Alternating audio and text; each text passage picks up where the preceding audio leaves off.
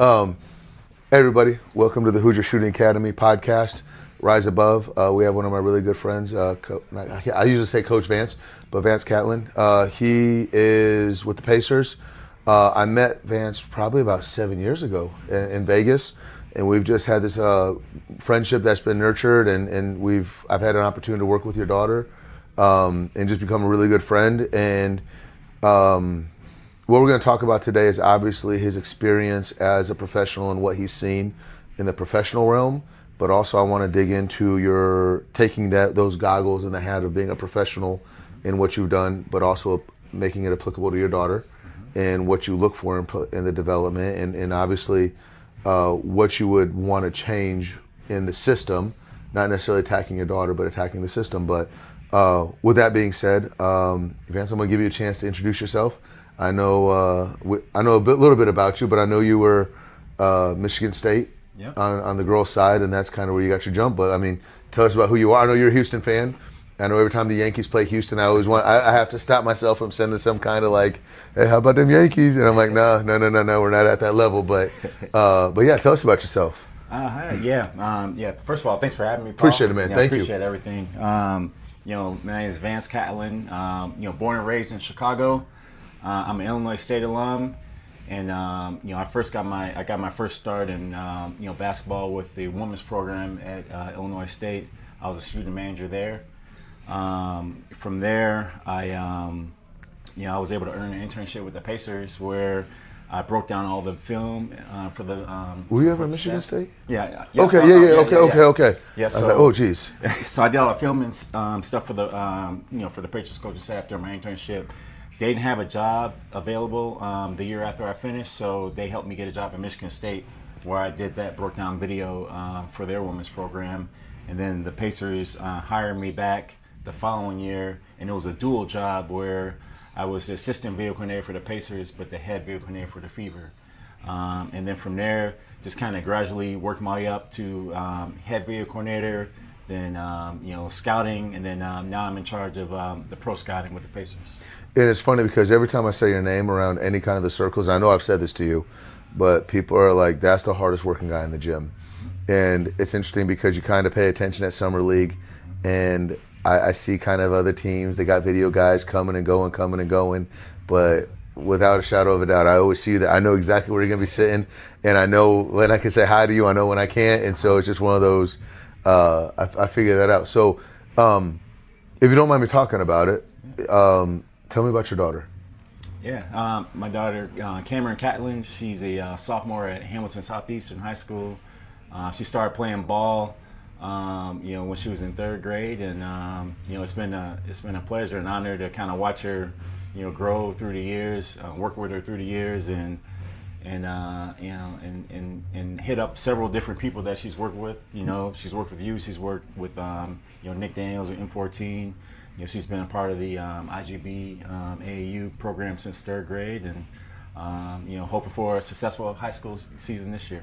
So, knowing what you know, and I'm sure you've seen amazing workouts with the pros and everything you've seen, what is something that you would say, and I'm not picking on any programs, I'm just picking on a system, what would you say the difference is between when you step away from your office and you see a high-level pacer workout and then you saw her in third grade? Like, did you notice anything that like, hey, I love the fact that the girls program touched on this, and this, or I think that development was lacking this, and this? Does that make sense? Yeah. First of all, there's different stages of your development. So, early development, I want to see, perfecting the form of your shot. I want to see, just basic offensive and defensive fundamentals, just spacing, stance, ball handling. Like for me, like that's what should be emphasized with youth. And then obviously as you can put more on the palette, your skill level develops and you can add more to the plate. But developing the fundamentals is what's going to get you from point A to point B, when it's all said and done. Yeah, and again, shifting gears a little bit, but still staying as you, and I wanted to put your dad hat on, which I know is a little personal to talk about publicly, but if you're okay, we're doing it. Yeah. Did you ever have to force your daughter to play? Like, who's the one that initiated that relationship with the game of basketball? My daughter did. She took an interest to it, and I'm one of those, parents that, hey, if you're gonna do it, we're gonna be all in. So, like she was the one that showed interest in me, and it was my duty to kind of give her all the knowledge, all the things she needs to hear, from all the experiences that I've had. That's the only, that's the right thing to do, and we've been, 2 feet in, since 3rd grade. But you also, she's not your only daughter. Right. But did you notice, when did the other one not fall in love with it? It was kind of right away. Right away. She's the one we had to force to kind of do camps and all the intro kind of stuff, and she wanted to go into the arts, and we fully support that too. And there's nothing wrong with that, though. And again, for the record, I'm raising 4 kids of my own that you just met. And so I'm kind of picking your brain as a dad and we talk about it all the time in my house of like, well, are we forcing Anderson into this? Are we doing this? We're like, whatever he loves to do, he's going to love to do. Is that kind of how it happened in your house too? Yeah. Now, like we support whatever they want to do and whatever they have a passion in. Because ultimately, like if you're going to work that much harder, for what you have a passion into, and as a parent, we're going to fully support whatever you want to do. Yeah. Is there ever a moment where you had to pull your daughter back and be like, hey, you're doing too much, you're going to put yourself in a bad situation? And what did it look like? Like, not necessarily what was the situation, but what were the red flags and how did you handle that? You know what, like we kind of monitor everything as it goes. I would say maybe like with just the load of the games and practices, if I feel that it's too much, then she'll take the day off from working out with me, because if I feel that she's doing too much with the training and all that, because I want her to be fresh for practices and games, which ultimately, like, that's where you're going to showcase your work. And I understand my son better than anybody else. You understand your daughter better than anybody else. What are some of the red flags that parents should be looking at when you're starting to when are the warning lights starting to come on of like, hey, I'm hitting burnout? Like, what does your daughter do? I would say, you just since your child, like you just have a feel for it. When to like pump the gas up, when to take it off. If they had a difficult game, like you got to pick them up. I just feel like it's no set rules. You just have to have a good feel of like knowing how to cater to what's happening at that point in time. No, that makes, and you just said something very powerful there, and I really want parents or anybody that's listening to really write this down and take notes of when they have a bad game, what do? You gotta lift them up. And the problem is when a lot of people hear they get a bad game, what do you hear happens? Yeah, they get on them, and it can make them feel worse about because they already feel bad. You don't want to pile on, when it's already bad. So it's funny because I'm going multiple different directions in my head on this. When players first come in here and they start shooting on the Dr. Dish, a lot of times that's the first time they've ever been tracked, and they don't really know their true shooting percentage. You shoot in the driveway and you could shoot for 30 minutes and come back, man, that felt good. But was it really good or did it feel good? There's a difference. And so a lot of times that people, they come in here and they're like, I'm only shooting 26%. Like, whoa. But that's a bad day. But then the other thing I see is parents pile on. You not only shot 26%, you didn't hold your follow through, you're out of shape, you did this, you did that. And I'm looking at the parents like, why would he want to come back? Why would she want to come back if they know that they just opened the door to get talked to by you? Right. And so for me, it's one of those, it's funny as a parent you say that, because I know for me as a dad, when they're having a bad day, and it's hard. It is hard as a parent because you want to fix everything. What do you do when you find yourself hitting fix-it mode? And like, how do you get out of it? Like, do you double down? Do you apologize? Do you just stop talking? No, I mean, like for me, I always go back to the work and the process, because as long as the work is there and the technique of the process is there, like you eventually will get out of whatever rut that you have. Like that's kind of how those are the methods I choose to solve the problem. Okay. What are you stealing from work to apply to the development? I still just kind of like multiple, doing multiple where you have to make a read and then you have to relocate. I emphasize like the pace and the crispness of it. And just playing quick and like not a lot of rest in between the reps, and making sure these reps are game speed. What happens? How long do you guys usually train for? 45 minutes to an hour. 45 minutes. Has there ever been time it went less than 45 minutes, and why? Maybe less when she was younger, but now she's gotten older. Like it's for sure 45 to an hour. 45 to an hour. Yeah. And you guys are both locked in. Yeah, and I do the work. I do the workout with my daughter. Well, yeah, because you're super in shape. Like that makes sense. Yeah. That would make sense. Yeah, whatever she does, I'm doing. I think it's powerful that you said that, because for me, this is my pet peeve as a training coach and doing what I do, is I warm up a 2-ball dribbling, and everyone's like, well, it's easy for that guy. And I'm like, here's the thing, I've been doing this for 20 years. I should be, if I'm not good after 20 years, I shouldn't be doing it. Mm-hmm. And I always want to challenge the parents. There was one mom, she was jumping her son's case, and I know the family really well. I have glasses that just black out your vision. And she was making fun of her son, like, oh, you can't do this, you can't do that. And I'm like, hey, come here, stop it. I'm like, come here, put the glasses on. And she put the glasses on. I just gave her a simple bounce pass, and she freaked out. Mm-hmm. And I was like, so why? Let's calm down on criticizing your son, because what they're doing is hard. What your daughter's doing is hard. But I think it speaks volumes that you're in there doing it with her. Mm-hmm. What kind of connection does that build, and why? It just strengthens the connection. With my job, I travel a lot, and and that's our bond. Like that's our one thing we can do together, and it's fun to see her embrace the teaching and embrace the work, and we're trying to help her live out her dreams. Do you do a film session with your daughter? Yes. I've been breaking down film for her since 3rd grade. Like I'll show her some positives, and then I'll show her some things that she needs to improve on. So, how long are the films? Like, are they hours, 3 hours, 4 hours, minutes, seconds? Like, how long is the film typically? I would say like 10 to 15 minutes, and we'll put on the full game, and we'll go possession by possession. If it's separately, I'll go through the game on my own, and then like build up. Maybe a minute or two of just footage that she can just play on her own while I'm at work or something like that. How much of it is positive and how much of it is negative? Is it 50-50? I would say it's like 70% positive, 30 negative. Is that much? Yeah. Okay. Yeah. Why? I think you want to reinforce both, but like you don't need to like dwell. A lot of times the mistakes are similar, or those concepts are similar. You don't need to dwell on that. A couple of examples can kind of get your point across. What kind of things do you hone in on that film session with her? It's really, so offensively, it's playing quick, it's shot selection, it's taking care of the ball, it's reading situations where you had a chance to be aggressive.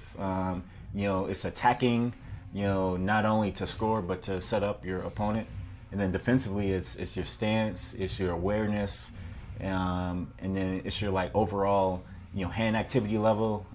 It's your foot speed, kind of activity level, and your overall motor and energy that you're showing out there, your body language, all that. That's, for the record, that's a pro answer right there. That is, I expected it to be like a quick little blurb, yeah. And the detail you gave it, you gave the glimpse of the world a glimpse of your development mind, and I loved it because I'm like, ooh, I better write all this down. I'm definitely going back and recording that and be like, okay, take notes on this. No, and this is where I realized as a coach, but when I was younger in my coaching career, it was 100% bad. I went through and I showed everybody, Tommy, you were out of position. John, you were doing this. Chris, this is a bad pass. And it was just a bloodbath of me just ripping players and I realized there's a time and a place for that. Like, I have a couple teams I'm running now, and the first film session is literally just me. I challenge the work ethic. Mm-hmm. You're jogging. This guy beat you up the ball at the court. You can't do that. But I also realized that like you do need some positivity in there. And the one thing I love that you're hearing is your relationship with your daughter, with your it's not just a bloodbath of you just being like, hey, these are 15 things you did wrong, but this is 75%. That's a high number. That's higher than I expected, in a good way. I'm a little taken back by, in a good way of like, man, 75. But you're also now after you watch the film and you dissect all that. What are the next steps after watching the film? Then we're done. Then we wash it and then we get back to work the next day. So, what is the translation though? Like, are you taking those situations and then bringing them to the court and saying, "Hey, these are the 15 things"? We'll work on some of the things that we need to work out at the next workout. But for the most part, once that game is over, I flush it. I'll have it archived, on my iPad and stuff like that if I need to refer back to it. But I flush it because it's time to get ready for the next game. Without getting you in trouble, okay? Mm-hmm. Are you using some of the NBA technology stuff on that, or is that your own different platform that you brought on? I use my own different platform. It's called I forget what it's called. Yeah, it's called OnForm. OnForm? Yes, OnForm. It's a video coaching, tool that I use, and it's I like the interface, and it's pretty easy to use. That's awesome, man. Mm-hmm. And you can direct her from your iPad when you show it to her. Yeah, I can clip it. I can archive. I can create a URL, so like I can just send it to her. I'll send the clips to all of our family. Like we're all watching her clips after every game. That's awesome. Yeah, that's awesome. And your wife is on. Your wife watches it too. Yeah, everyone's all in. Everyone's all in. It's awesome. Is there anybody in your family that kind of checks out? Like I can see if my kids ever. I hope my kids don't listen to this in the future. I love the arts. I don't know if I would ever. I would absolutely love anything my kids do. Mm-hmm. But I don't think I would, like, if my wife sent me a clip of like, hey, you hit this wrong tone, you hit this pitch, this needs to be different. Yeah. Look at the tempo. I'm like, I'm not watching that. Like, your wife doesn't do that to you. Like, no, come on, Vance. Like, calm yourself. No, she doesn't. She doesn't. She lets me, do my job, and that's about it. Is your wife a basketball head?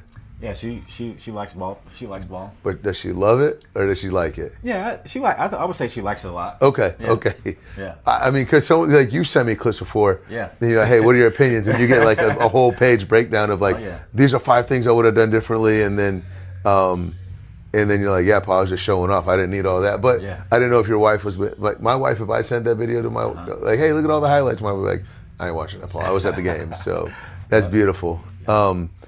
That's awesome. And so, how much of your drive comes from her goals? Like, who set the goal? Obviously, she wants to play at college, and is that her that set that goal, or is that you that set that goal? No, it's her that set that goal, and it needs to come from her. Like, as much as I want it to happen, she has to put the work in, and it's my job to help her try to achieve those goals. Using all the methods and tools and all the everything I've learned through the years, and and that's what I try to do. I try to do that to the best of my ability. So, putting some other different hats on, you have your dad hat, and now shifting it though. I know in your profession you've seen someone that just doesn't want it. Like I've seen it on my court, and at your level where this is a job. What are those red flags looking like when you see those? It's the ones you got to motivate. You got to pull teeth just to even wake up to get to the workout. It's their motor and their enthusiasm throughout the workout. If you're always got to use all your energy to like pump them up and get anything out of them, over time, like you can be dealing with coaches or staffs that run out of that kind. They don't have the patience to do all that. Like they got so much other stuff to worry about. So like. Yeah, and you know it right away. You can see it right away. And that's not to say you can't have a bad day. There's a difference between a bad day and a pattern. Right. In the pro level, when you see someone had a bad day, do you have a conversation with them? Do they know they had a bad day? Do you just like what's that system look like in the pros? And in the pros, like it'll be similar. They'll show them film of what they need to correct at that time, and if it's over a period of time. There's a wake-up call delivered, and it's usually through, lack of playing time, and if there's a lack of playing time for a long period of time, then that guy will eventually not be a part of your program. Yeah, that's awesome. I know it's interesting. You and I've had conversations on the side about like, hey, how do you do this with your job? How you do that with your job? Like, and one of the things that you said that hit home with me, and it kind of stuck to me as a professional coach of like, Paul, you only got one time to lie to me. Yeah, like if you lie to me, if you acknowledge that, and again, there's not knowing. Like I could say someone did this and they could have something behind the background. Like I didn't know about that, Vance. Like that's fine, but like if I knowingly sell you a player that isn't what I said, you're like, I have a conversation with how's your family, how's your kids, how's your daughter, okay, and then when hey, I got a player, like that's fine. Like and do you find that same mannerism as a player of like, hey, clearly the playing time's not burning, that's not motivating you, that wake up call is not hitting home, like it's probably like, do those people come back? Are they done? Do you have like a no pacer rule? Yeah, I mean, like you'll give them one or two opportunities, but like if they fool you twice, like you're not gonna be around for the third time for them to fool you, because in the professional sports, like our livelihoods depend on that, so we're gonna be picking and selecting people that we want in the foxhole with us. Yeah, I was working out with a core group of kids, and these kids all had NBA potential. Like it wasn't like it was a third grade team. They were really highly ranked high school kids, and I just couldn't get to them, and they were just goofing around. So one day they came in, and on the board I had LeBron, I had Bronny, I had Curry, I had Luka, and I had all these names. And the kids, I just was struggling to reach them. I've kicked them out of the gym 3 times at this point, and they came back a 4th time. I'm like, man, why y'all coming back? Like, you guys are giving me a headache. And they looked at, oh, we're gonna do the Luka, we're gonna do the Curry, oh, we're gonna do this. And I'm like, no, guys, that's the job that you're gonna steal in 5 years. And if you think that LeBron is gonna roll over and just give you his paycheck, you're wrong. If you think Luka, you're gonna step on the court with Luka in 5 years, and you're gonna take his job, you're wrong. And only 2 of those kids came back from that group the very next day. Wow. But their attitudes changed, because you're right, it is a professionalism. You're not just doing this for fun and hobby. Like if you make a bad mistake 3 times, you are not in your position anymore, right, which is now affecting your family, your livelihood, and a person as a man. That's 100%. And a lot of parents don't understand the severity of it. Of like, if you flip out in a 5th grade game, nobody really cares. But if you flip out in an NBA level with millions of people watching you, someone's getting fired. Right. And if it happens 3 times, you're the one getting fired. So it's definitely a business, and I don't think a lot of parents understand that. What advice, and I know I have a lot of parents that listen to this that say, oh, little 5'9" Timmy is going to the NBA. And I try to be realistic with them, but like, what advice would you give a parent that has, in their opinion, an NBA potential? I would say, like your work ethic needs to reflect the type of goals that you're after, and don't be worried about NBA, 3rd through 5th grade, 6th grade, all that. Like you gotta stack your body of work, you gotta stack production, and ultimately, make it to high school, make it to college, and then ultimately, like you'll know when you get close. But just fall in love with the work, and let that drive you. Working at the collegiate level that you did, what were some things that you saw in recruits? How much of a say-so did you have in the recruiting process in college? I had 0. 0? Yeah. You didn't break it out in any high school film? I mean, like, you broke down film and stuff like that, but I was so young in my journey that I didn't have any like say on the final process. But you did have a say on the process, though. Slightly. I mean, but it's still something. Yeah. What is something that you would see from a player that would be like, this kid is not our material here? Like, she's just not going to fit. What were those? I would say like the ability to play with others, So relationships. Your relationships. I would say like just style of play, whether they're erratic or turnover prone. Shot selection.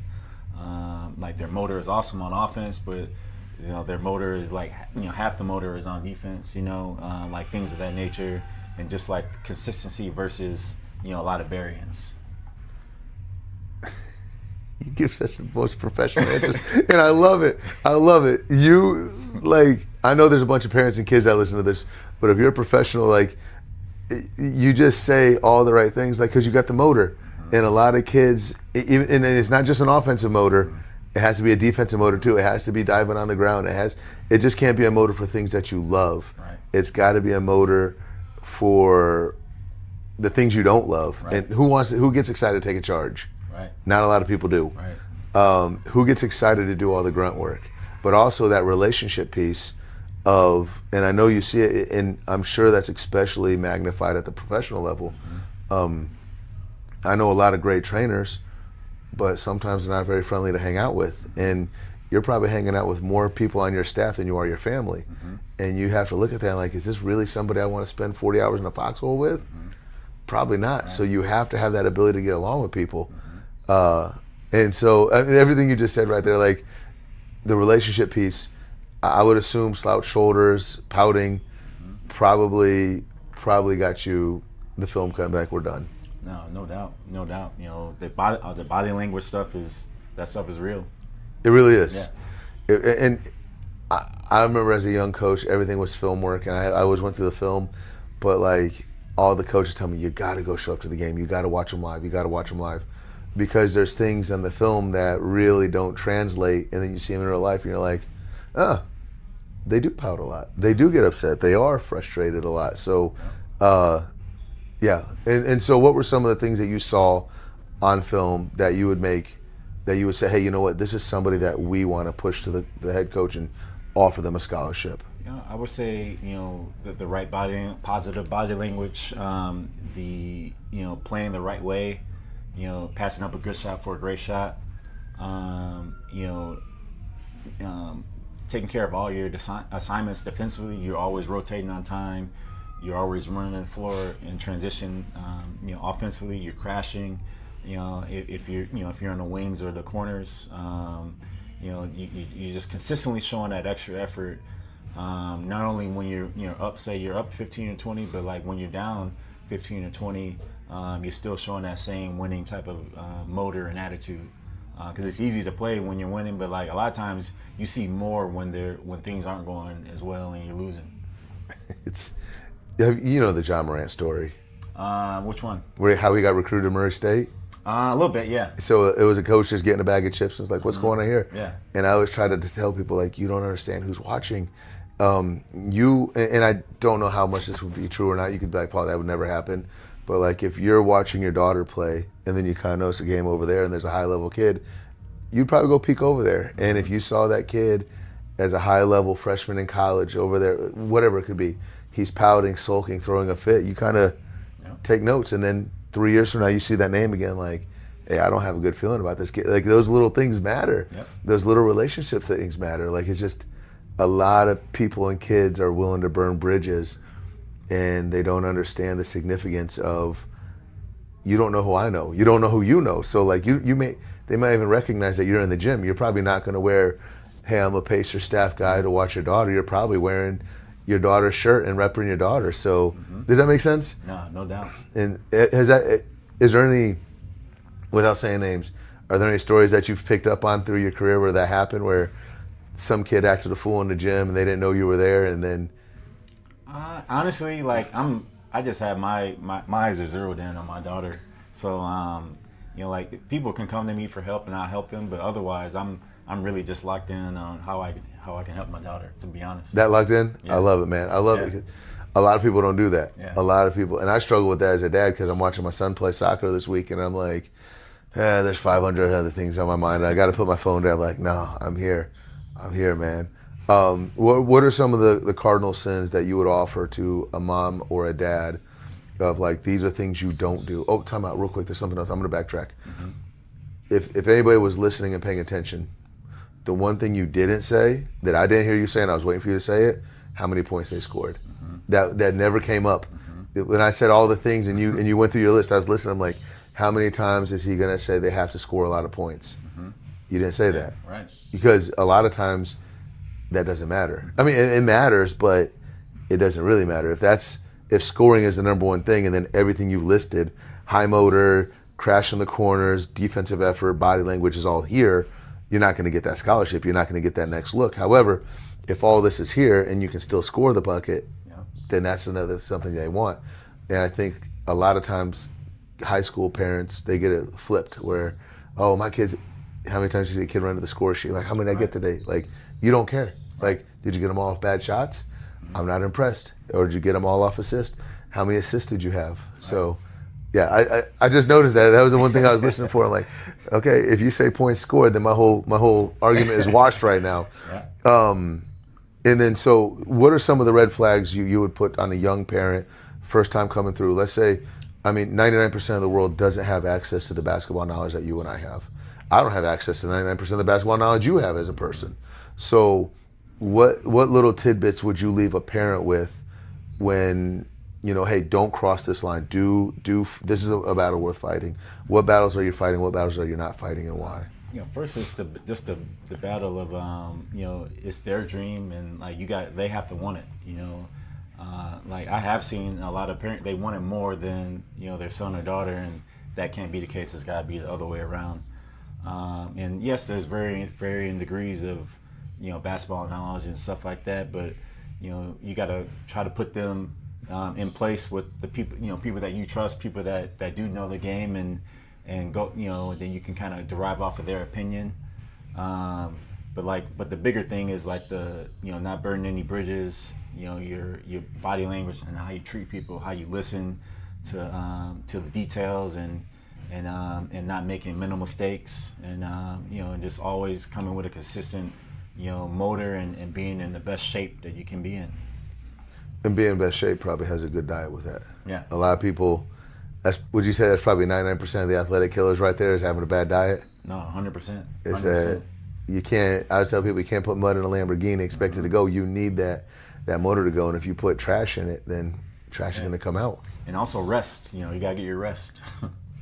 You do got to get your rest. A lot of people, I wish I would have known that when I was younger, because I think rest was, for me, I was just always on the go. Even as an adult, I'm on the go, and I'm like, my wife looks at me like, you might want to calm down a little bit. My wife is the one that has to tell me to rest. You've said a lot of good things, by the way. A lot of good things. I got one more question for you, okay? Mm-hmm. You wake up tomorrow. You're the commissioner of American basketball.